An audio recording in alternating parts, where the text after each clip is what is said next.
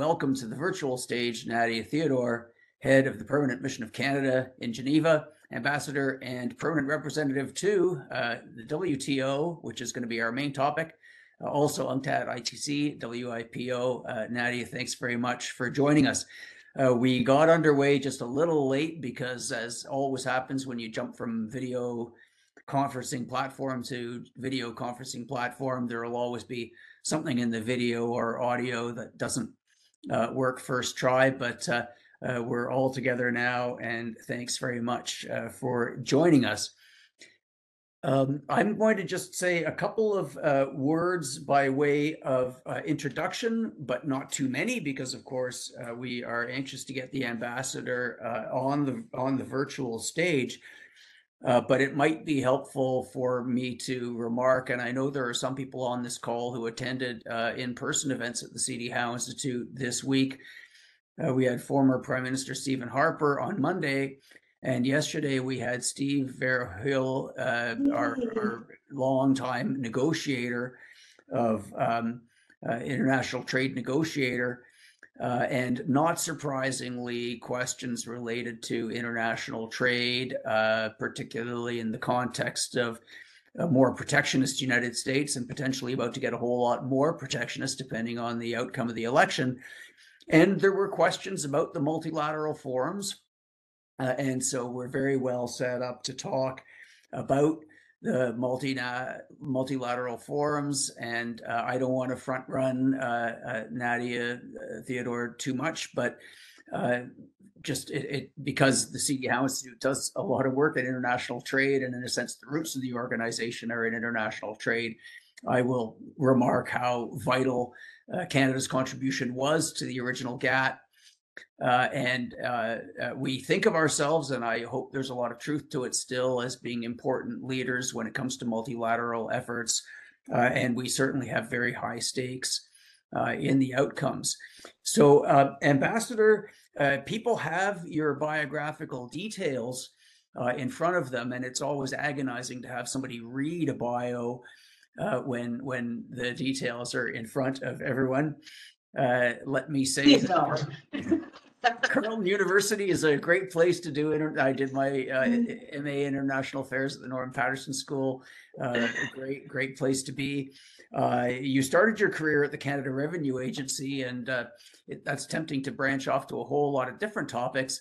But it's I'd like to mention that in addition to your public service career, you have private sector experience as well, which is always a great thing, and a trade negotiator to kind of see it from that side.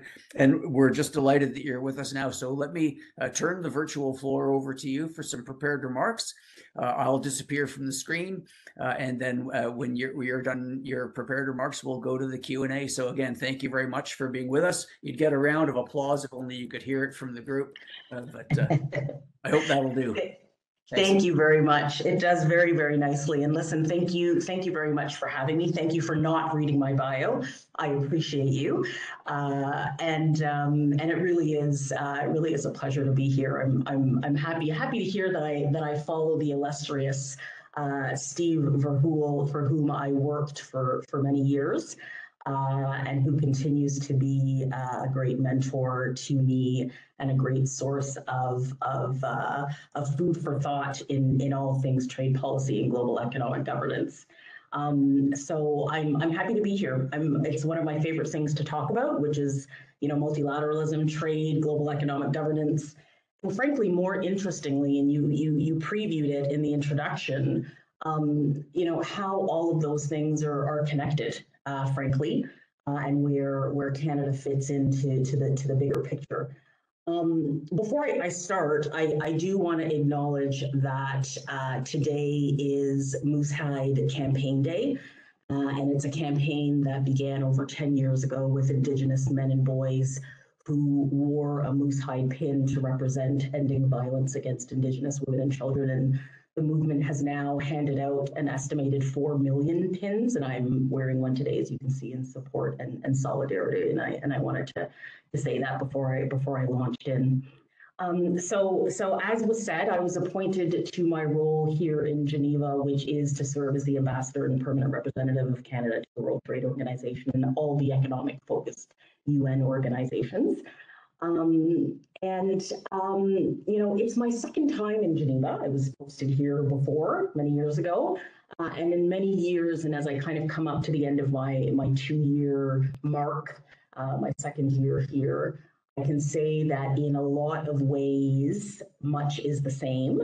And in many ways, a whole lot is very different, but we'll get into that. And so I am indeed going to do something this evening / this afternoon for some of you that I very rarely do, which is to give some prepared remarks.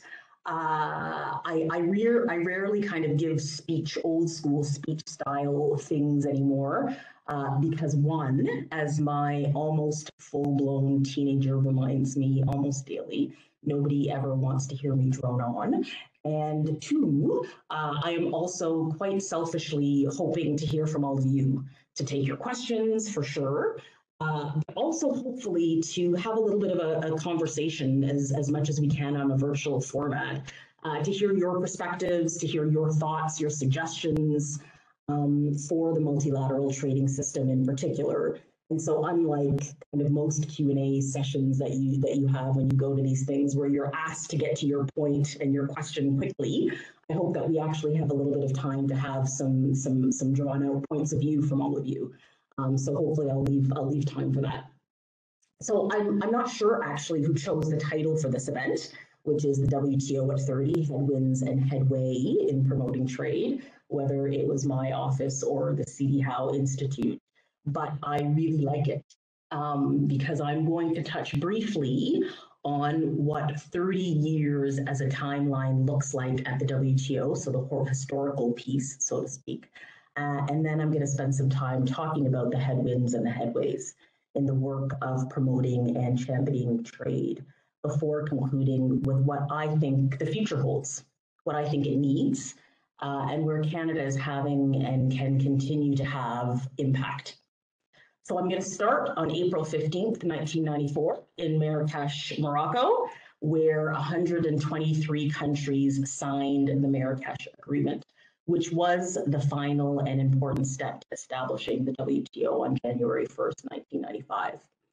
And I want to highlight 3 things in that agreement that I think is key when we think about where we are today, 30 years later, and what we need to do to see us through the next 30 years. So first, I want to highlight paragraph 1, which reads in part, "Ministers salute the historic achievement represented by the conclusion of the round, which they believe will strengthen the world economy and lead to more trade, investment, employment, and income growth throughout the world." Second, paragraph 3, which reads in part, "Ministers confirm their resolution to strive for greater global coherence of policies in the fields of trade, money, and finance, including cooperation between the WTO, IMF, and World Bank." And then third, the preambular language, which reads in part, recalling the progress achieved at the ministerial meetings held at Montreal, Canada, and Brussels, Belgium in December of 1988 and 1990, respectively. So I highlight those 3 things because since its inception, the WTO has understood and recognized that the spirit in which the mandate of the organization and the agreements operate is one that is tied to tangible outcomes for people, that cooperation among global economic governance institutions is crucial to success, and that Canada's leadership is crucial to success. And that's the anchor. And as I move into talking about headwinds to promoting trade and try to convince you all, or hopefully confirm to you all, why we should still care about and fight for the rules governing trade, and why we should continue to resist beggar thy neighbor policies as a way to solve or cure domestic challenges around economic growth and stability, I think it's important to remember what we told ourselves and committed ourselves to about the system and its success in the first place. Because when times get rough and rocky, remembering what the key success factors are and continuously evaluating yourself against them becomes a very important part of coming out the other side. And in case you needed me to tell you, times are definitely rough and rocky. Undeniably, we find ourselves at what feels like another critical point globally, where overlapping crises are putting a strain on relations, on economies, and on humanity more broadly. There are the headwinds that are so widely talked about, that show up in such a myriad of conversations and contexts that they almost have become buzzwords. Geopolitical competition, conflicts, climate change, supply chain concerns, COVID and other pandemics, rising nationalism, populism, protectionism, polycrises. Those of us that are immersed in the work of the global economy, know very well that these are most definitely not buzzwords, that they are indeed real challenges, and that they are not new, but are indeed growing in intensity and in consequence.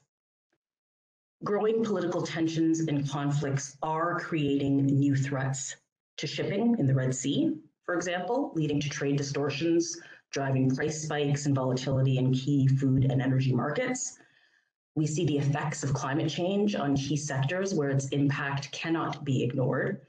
Countries are grappling with how to take action to respond to climate change in an interconnected world, while at the same time facing competition for the industries of the future. As crises proliferate, we see countries turning inwards with the rise of self-sufficiency targets, protectionist measures, and retaliatory trade actions.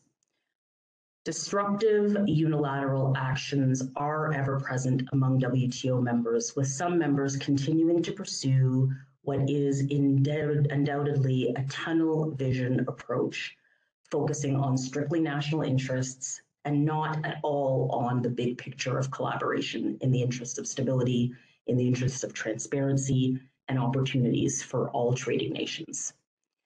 And I do want to double click on this last point of countries really turning inwards, because I do think that it is instructive for all of us who believe in the benefits of a multilateral trading system, who believe in the benefits that a rules-based system can bring.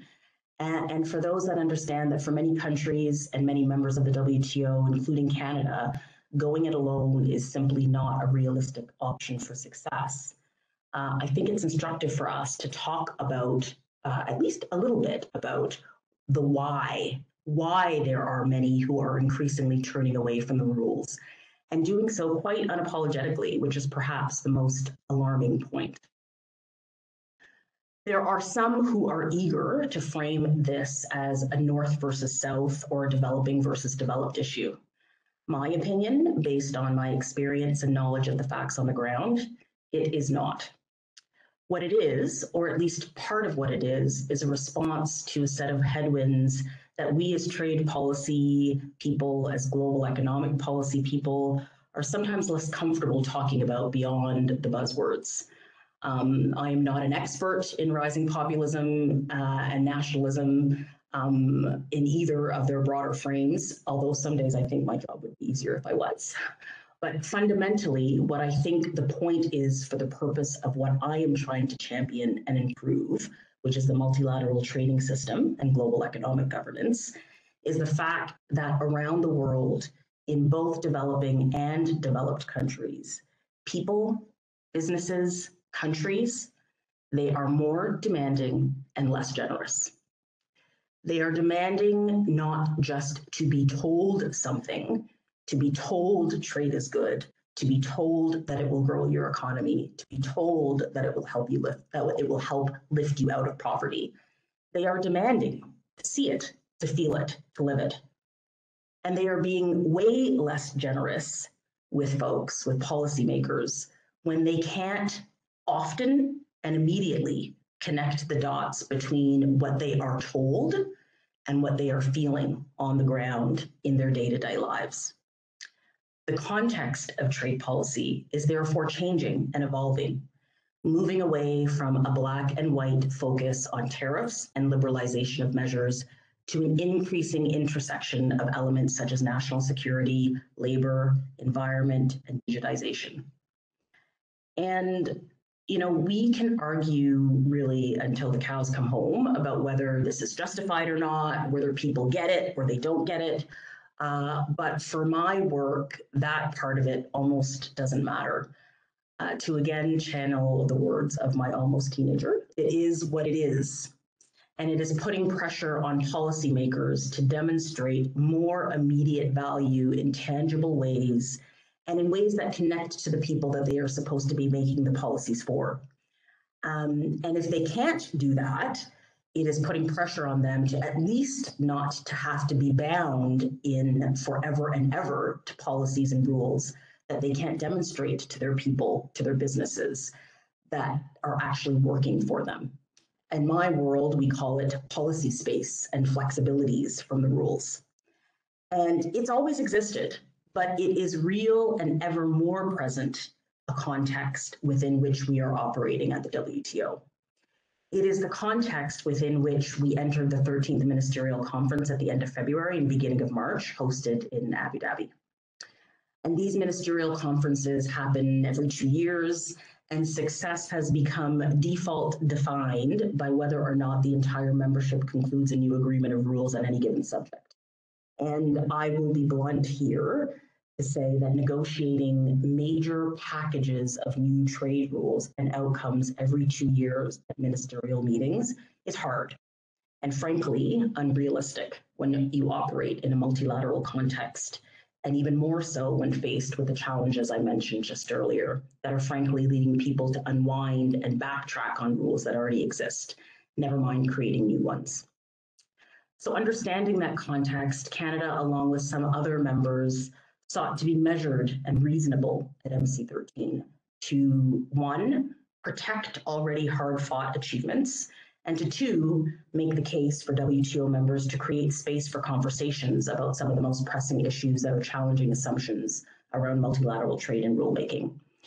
And thirdly, we also sought to make sure that we got direction and guidance from our ministerial leaders that would set us up for the work to continue in Geneva once we left Abu Dhabi. And we did all three of those things. For example, going into the ministerial, there was a lot of pressure to weaken and unwind the current rules on agriculture. Canada was part of a broad coalition that was able to prevent this and to maintain the rules that underpin agricultural subsidies and trade that have really allowed our Canadian sector to flourish. And we had agriculture and agri-food stakeholders on the ground who expressed the importance for their actual businesses of this seemingly modest accomplishment. And while positions of membership appear to be at an impasse, we, Canada, remain committed to reform, and we are ready to engage whenever negotiations move forward.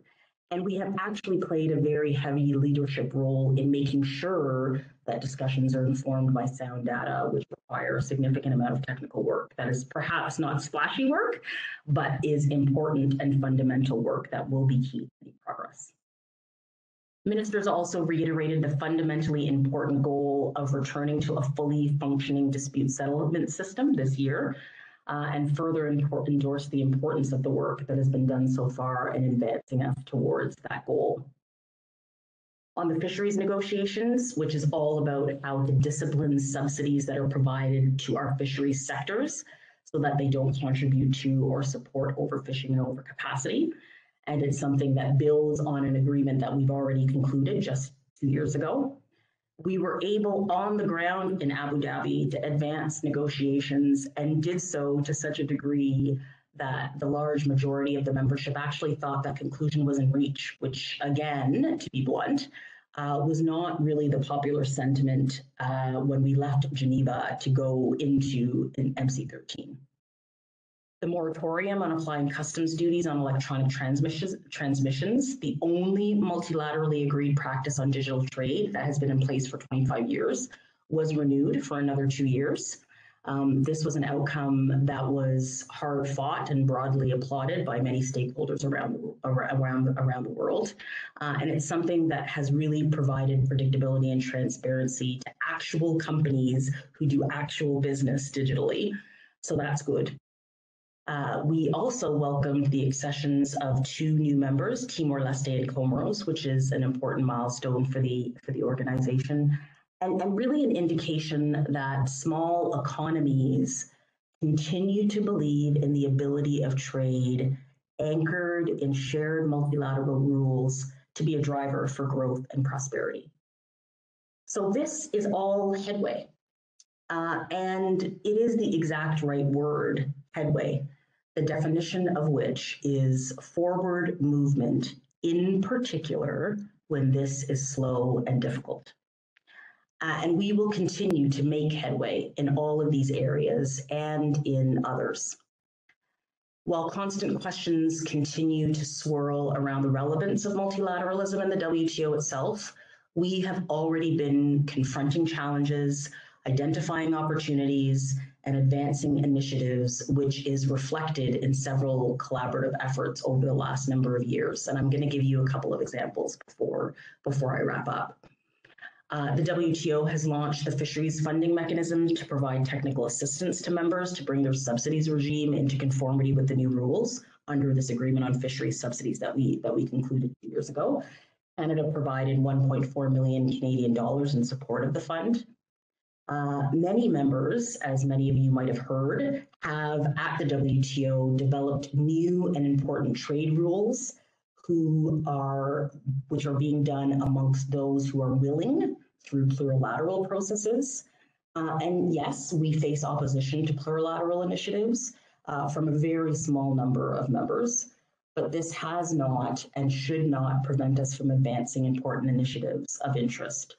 So we have concluded negotiations on services domestic regulation that is growing to 72 WTO participants, and that when fully implemented is expected to lead to lower trade costs to over 1.2 billion USD worldwide.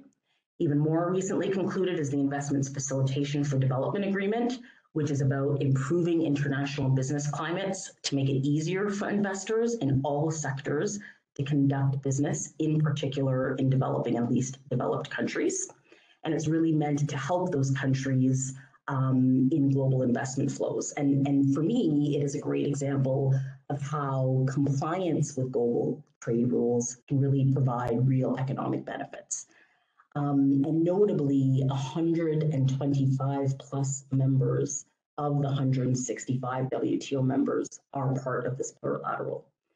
And then finally, we are nearing completion of a joint initiative, which is fancy talk for plurilateral, on electronic commerce, which is being negotiated by about 90 WTO members. And that's looking to agree on common rules in areas like enabling e-commerce, promoting openness and trust in e-commerce, and market access for e-commerce firms.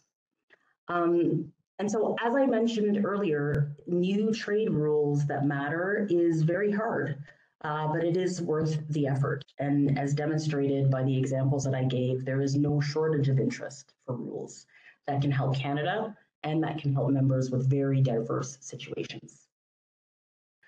I also want to mention quickly the trade and environmentally sustainable structured discussions known as TESB.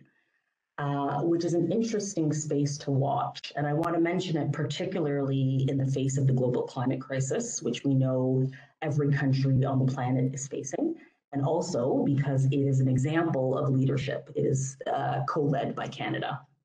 And this is an initiative of 77 members that has unique participation of NGOs as well. And it's really an incubator for ideas that sets out a work plan designed to deliver concrete recommendations by the next ministerial conference in 2026. And so who knows, those concrete recommendations might be about ideas for new rules, possibly. So to me, all of these examples that I've provided demonstrate the heart of multilateralism. It's about finding solutions towards a common objective. It's about including and maintaining, developing new rules for continuous progress. And what these examples really demonstrate is that members are not naive to the necessity of change. They're not naive to the fact that there is a need for a more flexible and nimble organization, one that responds to the growing challenges and inevitable evolution of trade. With challenges comes opportunities, however small or minimal, and it would not be wise of us to be stagnant in the face of threats. What does that look like? How do we solve problems? How do we make change? How do we progress in this challenging global context? Won't be easy, but there is a large majority of the willing within the organization. With creativity and openness to boldly move forward, we will see change. And Canada has long played an important leadership, bridge builder, and convener role among members, introducing new and innovative approaches to delivering outcomes. And we do it, I have to say, without needing all of the accolades or the big splashes. We are simply interested here in Geneva in rolling up our sleeves and doing the work, whether out front or behind the scenes, whichever way will get us moving forward. And one way that we are doing that is via the Ottawa Group, which many of you will have heard of. It was established in 2018 by a group of like-minded members who came together in response to a set of real stresses and disruptions that risked undermining the effectiveness of the multilateral system. And since then, it has really been an incubator where new ideas related to reforming and strengthening the organization are tested in a small group. Canada is really interested in achieving reforms that contribute to making the organization useful, to moving it forward, to being realistic, and to drawing upon work that is already done. We have a breadth of folks that came before me that did incredible work in this organization. We have a breadth of folks, of academics, of think tanks based in Canada or led by Canadians that have fantastic ideas. And we are interested in hearing those and keeping abreast with all of those ideas to feed them into the process. And we are also very seized on finding common interests across the membership, because there are synergies, there are shared interests, and there are important voices to be heard around the room, voices that sometimes get drowned out or blocked out because of all the noise.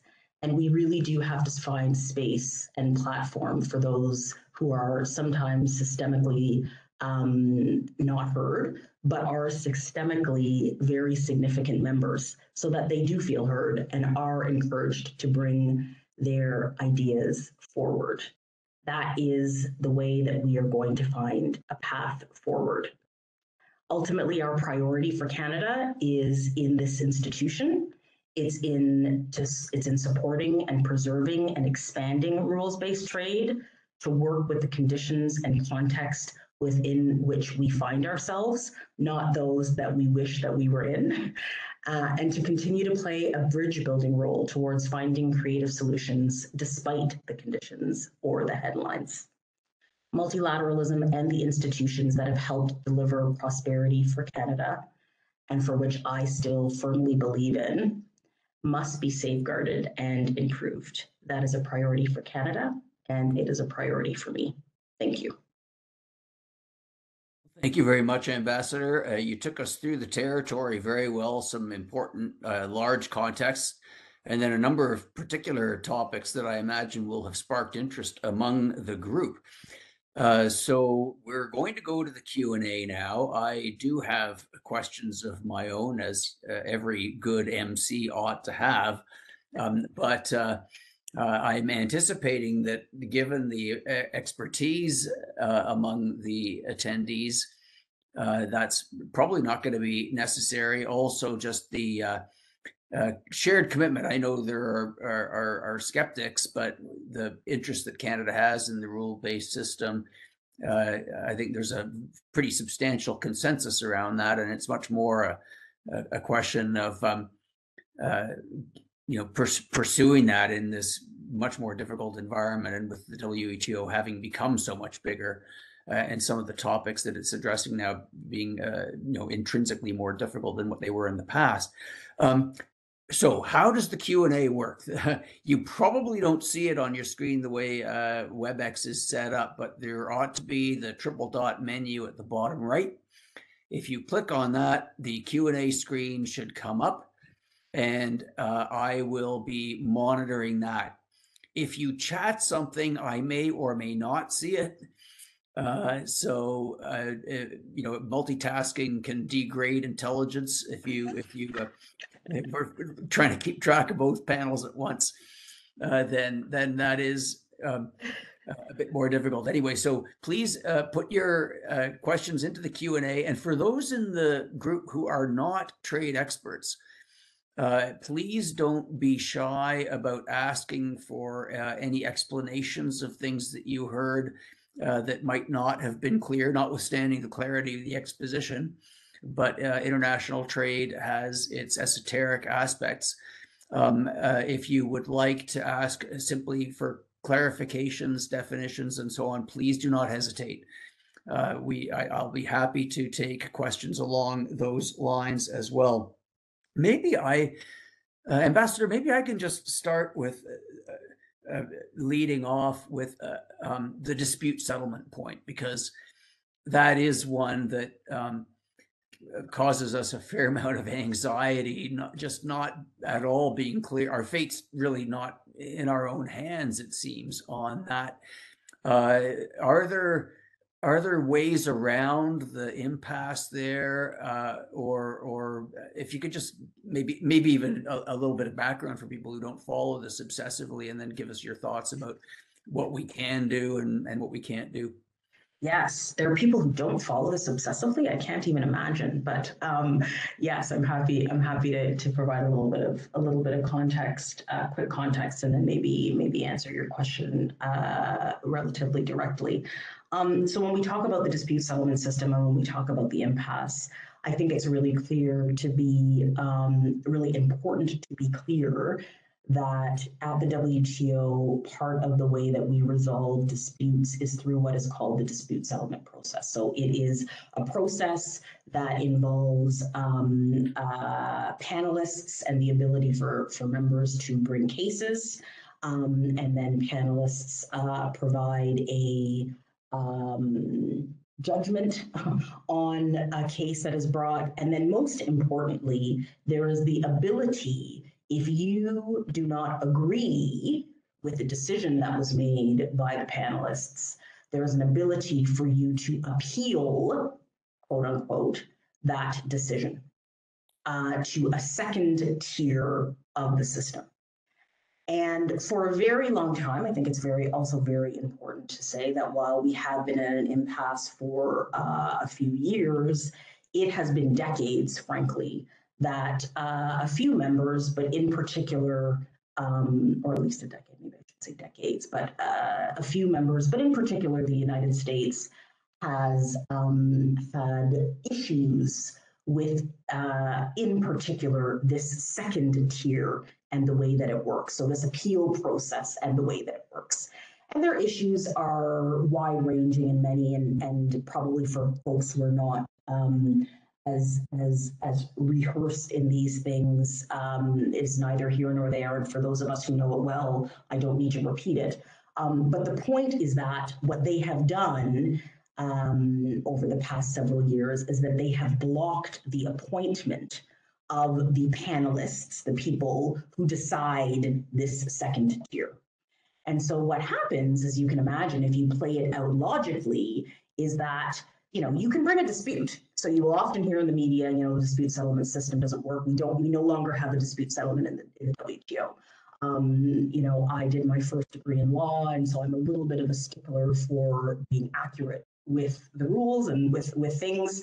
It is not that we do not have any dispute settlement system. You can indeed take a case, and you will get a ruling on that case. The point is that if you do not agree and you want to appeal that case, there is nobody to hear that appeal. And so basically you get stuck in the process, right? So you have a judgment, that you don't agree with, that you have now appealed, and so your remedy is stuck because there's nobody to hear your appeal. And so that is what's really meant when we say that the system is broken and that it's at an impasse. Are there ways around it? I would say yes, and I think that members have already found ways around it in the interim. We have the multi-party interim agreement. And I'm very proud of myself that I remembered what the acronym actually meant, because it is known as the MPIA, and that's what I call it on a day-to-day basis, which is a group of countries that decided to put in place a process to deal with this second tier. And it's a group of countries that have signed on to it. And in fact, just today, we got word that the Philippines has agreed to join the MPIA. And so you see that members continue to see value in going, I was going to say going around the stalemate, which sounds negative, but in finding ways to work together, to the point that I made about plurilateralism, right? And plurilaterals at the WTO. Amongst those that are willing, we are finding ways to get on with things, frankly, and to make the rules and the system work. So that would be one example. Well, thank you very much. We do have a question from someone, because we're on the record and I don't want to inhibit anyone. I will not identify this person except to say that this person knows a great deal about trade and is asking, is there scope in the WTO for discussing, possibly addressing current developments that are having a negative effect on trade, such as the increased use of subsidies as a key part of new industrial policy initiatives? Thank you very much for that question, the person whom we will not name. And I will just say that this person, I wish I could name them, because they have been on the other end of the telephone for me for the past 2 years in my role whenever I needed them. And I really greatly appreciate it. And I mentioned it in my remarks that, there are people who came before us, before me, who did a lot of work to get us where we are in the system, and who continue to be stalwarts of the system, and for whom we should continue to depend on for wisdom and guidance. And so it really is a privilege for me to have access to those folks. And so to answer the question, yes, indeed. And I ran out of time when I was doing my remarks, so I didn't say it. And so I'm glad it was a question. But indeed, part of what we did in Abu Dhabi that I see as a success is set up what has now become a conversation post-ministerial, post-MC13 on industrial policy. And again, this is a Canadian-led, co-led. Canada kind of has spearheaded it along with a couple of other countries, a couple of other members, to have very informal, inclusive conversations at the WTO around industrial policy. And the idea, and I want to be very clear, the idea is not to talk right away about developing rules or new rules. The idea is to get folks around the table to have conversations, to learn about what members are doing around industrial policy initiatives, to learn what some of the challenges are that members might see with various industrial policy initiatives, and to do so in a space where people feel that they can actually have candid conversations. And we have tried this, as I mentioned, with regards to TESTI, with regards to climate change, which is also another contentious issue that folks are sometimes very hesitant to talk frankly about. And it's been successful. And so Canada decided to kind of dig in and see if we can do the same thing around industrial policy. And so, watch the space, more to come. It's in the beginning stages of getting set up. But yes, indeed, there is scope, and Canada is leading efforts on that. Well, thank you very much, Ambassador. It's not your remit, but I'll just editorialize a little and say that, as with certain areas of agriculture, Some of us hope that international agreements might stop Canada from doing things that might prove not to be all that successful just for purely selfish terms. End of editorial. Thank you for the question, and I almost said the name, and for the answer.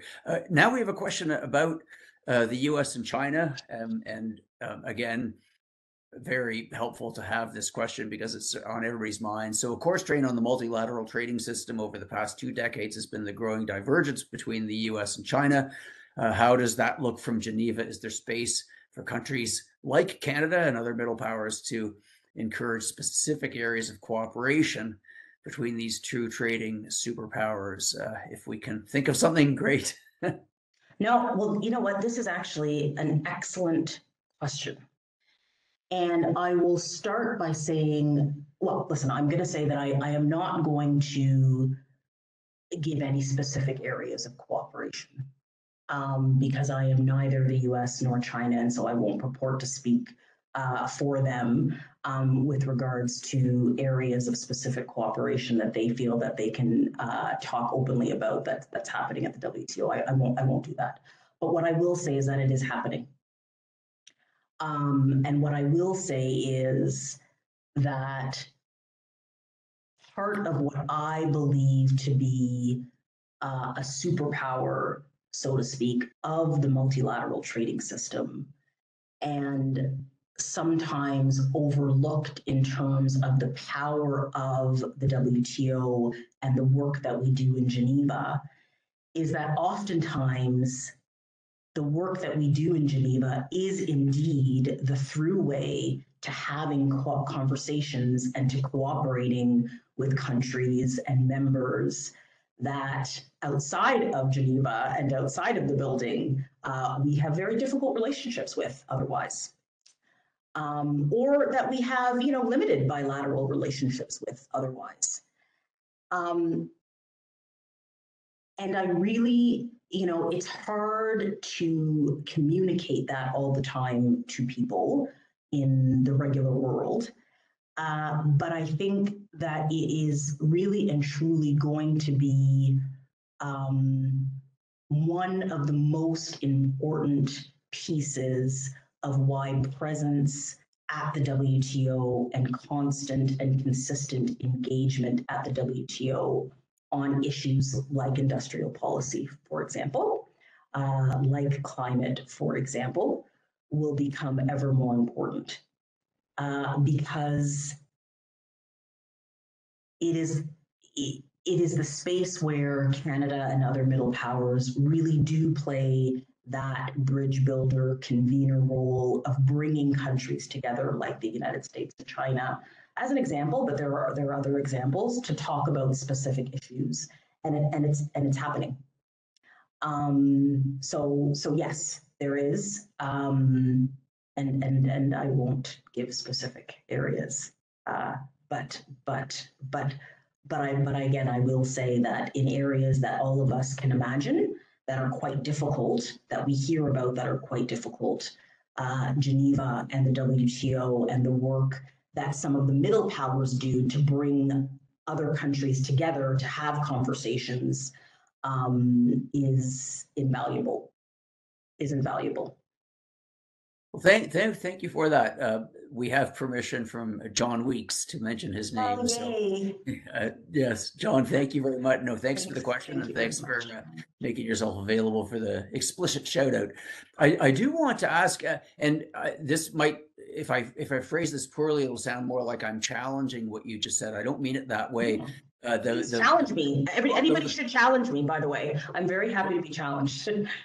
The preamble would be, I think many of us thought, and it looks naive in retrospect, but I think it was a pretty well-founded in many ways, that bringing China, for example, other countries into the WTO would sort of promote a convergence with them moving much more than we would toward more open societies, open economies, rule-based systems, and so on. We're now in this period of intense disillusionment about that, and it inevitably does change what the whole dynamic around the table. But you've just said something interesting about continuing to play a role there. And I just wonder, and maybe it'll be not to draw you out on the specifics that you didn't get into earlier, but if you can help us just understand how Canada approaches that now that we don't expect China to become more like us, for example. And yet the institution is still there. And as you said, it's still useful. It's still an important forum.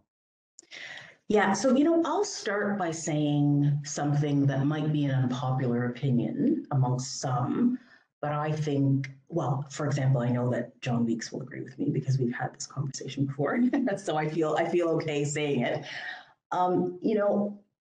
While I will agree that we perhaps did not anticipate the intensity of where we are now with regards to China and others and other non-market economies. I feel it necessary to push back a little bit when folks say that nobody, that everybody thought that China joining the WTO was going to be some sort of miracle with regards to their economy and their governance structures.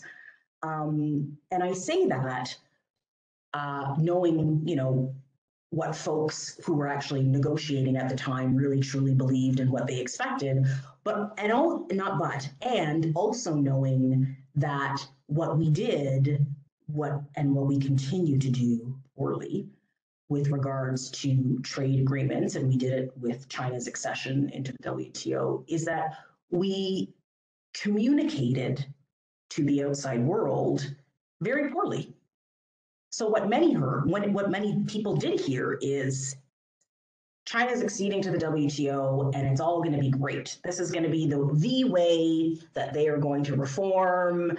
And just like NAFTA, right? We're concluding NAFTA, we're negotiating NAFTA, and everybody's going to be great. It's going to be, a windfall for everybody. And that's the narrative. That's what we communicated to people. When really, the trade negotiators and those who were firmly implanted in what was a difficult and arduous and quite complicated negotiation of accession understood that it was going to be difficult and very much imperfect. And I do think that that's important to underscore. One. Having said that, as I started, I do agree with you that we are in a place with regards to China and with regards to relationships with China and China in the U.S., but China and others, that is quite complicated in ways that I don't think anybody could have imagined. And again, I would say that Canada approaches this at the WTO. I approach this. I tell my teams to approach this. I see other middle power countries, members approaching this in a very pragmatic way. Like I said, like my teenager says to me all the time, it is what it is, Mom. So I say, folks, it is what it is. We can talk ad nauseum about what we hoped it would be, what we hope it will be, and that's fine. And we can continue to do that, but we should engage in a way that realizes what it is. And what it is, fortunately for us, is a world where, in many ways, China sees the WTO as an avenue to demonstrate leadership vis-a-vis the developing world. They see the WTO as an avenue where they can counter narrative some of what is being fed about them in the world.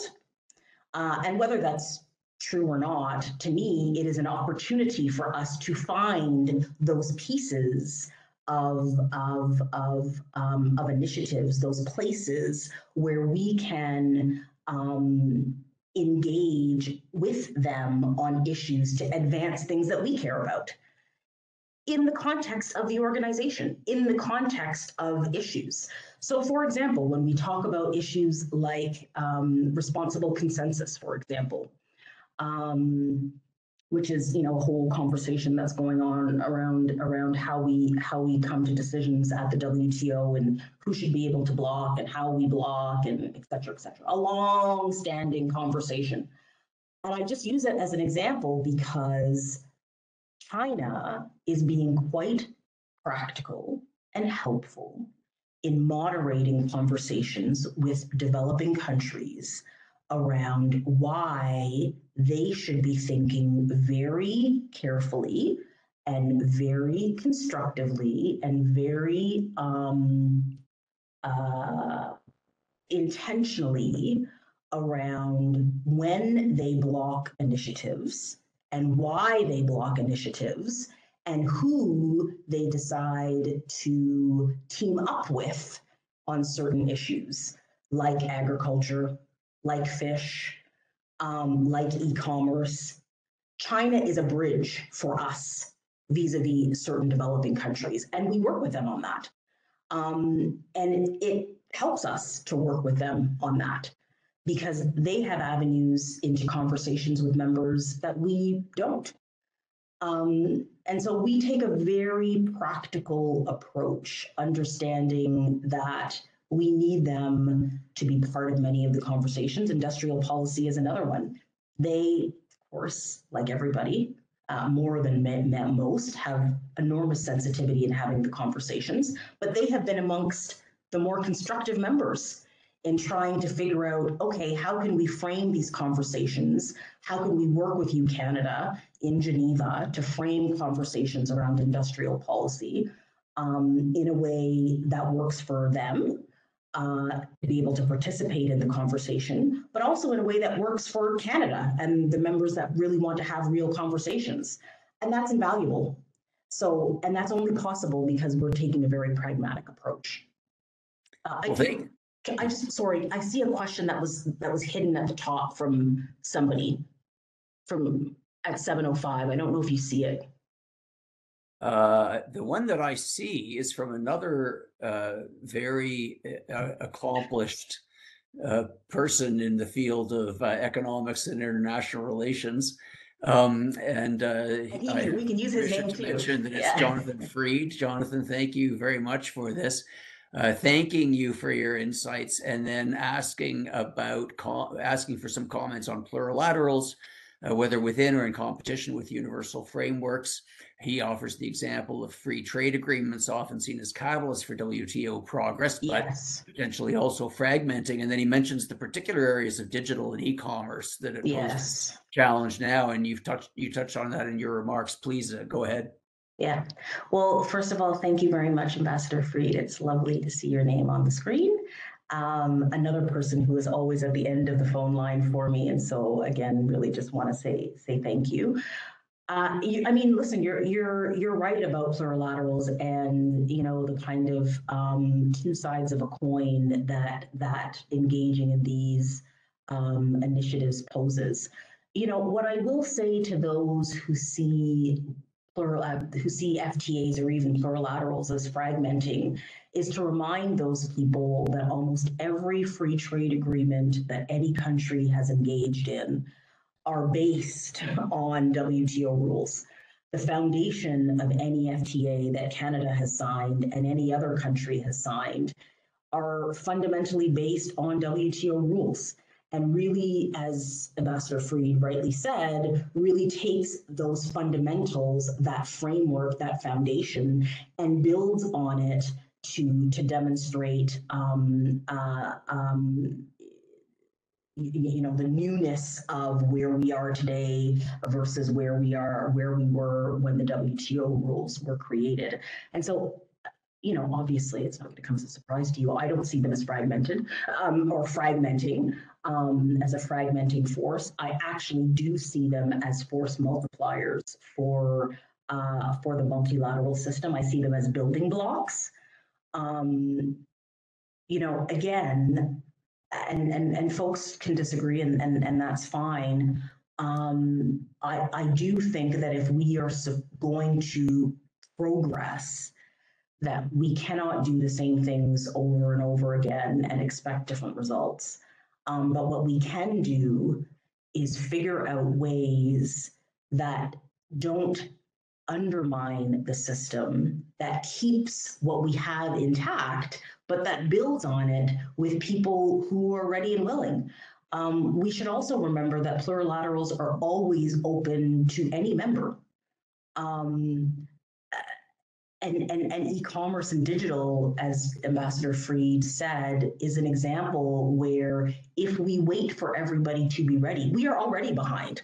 I mean, we are already, as we create rules or talk about creating rules in a plurilateral setting, I mean, the actual reality of digital and e-commerce are light years ahead of us. And that is always a reality and a risk when we talk about normative processes, and there's nothing that we can necessarily do about that to fix it. But we can decide that we are going to move as fast as we possibly can with as many members as we can to set rules and to set norms that are at least going to build us up towards the future. And I just think that we have to dig in and do it. And I think that we can't be timid about it. And that's the question that came in first at 7:05, the fact that, some suggest that Canada is too timid in the international arena. I will say to you that nobody ever has called me timid ever. So that is lovely. Sometimes I'm sure people wish that I was more timid. I think that we are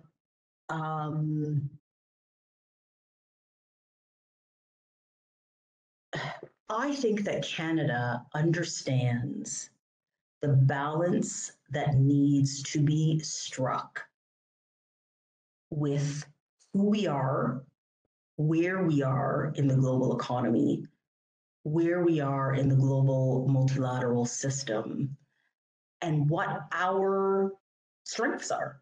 We cannot be everybody to everything to everybody.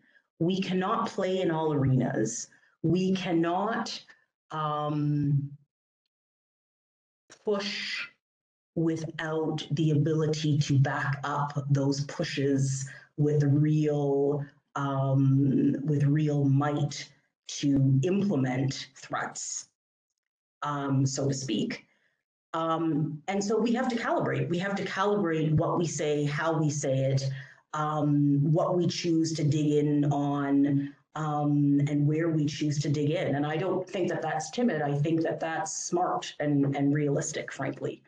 And I think that it takes all kinds. I think that it takes folks that are willing to be bulls in a china shop and have the ability to back that up. But then it also takes people that are willing to come in behind that bull and pick up the pieces and then start actually having real conversations after the tantrums are done. And I think that, again, to be blunt, I think that Canada is that country that, we can be a bull when we need to be, but we're much more interested in, not having the hissy fit and having actual real conversations with people that can actually move conversations forward. And we act in a way that maintains that credibility amongst countries and members and partnerships, such that we will always be invited to the table to have those conversations when the bridge builders are actually needed. And I know we're running out of time, probably out of time, but I will give one example of that. At the ministerial, we had a format where there were conveners of certain small groups. And Canada was asked to be a convener, a facilitator of a group, of two groups actually, but we weren't able to for various reasons. Our schedules didn't allow, et cetera, et cetera. And on the third day of the ministerial, they decided on a process where the facilitators of the groups would come together at various points of the day throughout the ministerial to have small group discussions with the DG and with the chair of the ministerial, okay? And it was only open to facilitators. Canada was the only country that was invited that was not a facilitator, because we were not able to be a facilitator. We were invited to join those small group convergence sessions, the only country that was invited that was not a facilitator. And we were invited because we are seen to be that, some might say timid, but others might, I would say, that sensible bridge builder country that is willing to cut through all of the noise and try and find the pathway to getting to ground on consensus. And so I think that is one very concrete example to demonstrate how our positioning has actually paid us dividends and continues to pay us dividends. Very good. Well, without revealing whether there are any senators on the call, I will say if the Senate can somehow manage to bury the bill that would prevent us from making trade concessions related to supply management, then maybe we'll continue to be invited to these little sessions. Don't want to put you on the spot with that, not your area to. I'm not a senator. Yeah. Anyway, pardon me for sticking that in at the very last minute. Please tell your soon-to-be teenager that this was a highly successful session, thanks to your comprehensive opening remarks and Thank you. and your answers to the questions. And I won't say anything about the retort. It is what it is, except that if you try using that the other way around, you might run into heavy weather. Nadia, it has been very good having you with the program. We can't give you the round of applause that would be nice to have if it were in person, but if we're lucky and schedules allow it, it'd be great to host you in person. Yes. So thank you very much for joining us. All attendees, thank you very much for being with us. We look forward to seeing you at a later event, and please join me in giving Ambassador Theodore a round of virtual applause and thanks for her remarks to us today. Thank you. Thank you very much for having me. I really appreciate it. And I do hope that we can be in person next time. Pleasure. Thank you. Thank you. That's it, everyone. Cheers. We're done. Bye. Cheers.